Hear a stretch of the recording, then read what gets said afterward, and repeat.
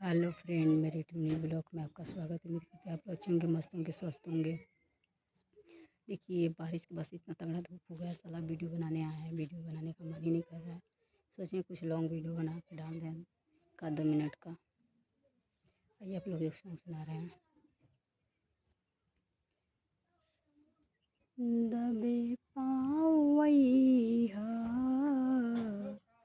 नजरिया बचा के, दबे पावई हा नजरिया बचा के, केवाड़ी के पाला अगर बंद पइहा, सिकड़िया बजइहा नजरिया बचा के, केवाड़ी के पाला अगर बंद पइहा, सिकड़िया बजइहा नजरिया बचा के, दबे पावइहा नजरिया बचा के।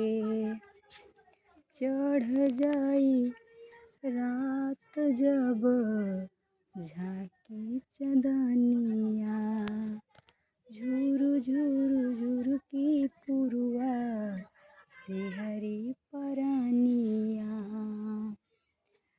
जगलो सवा के तू असरा पुरैया, अचरवा ओढ़ा के तू असरा पुरैया, अचरवा ओढ़ा के, दबे पावइहा नजरिया बचा के,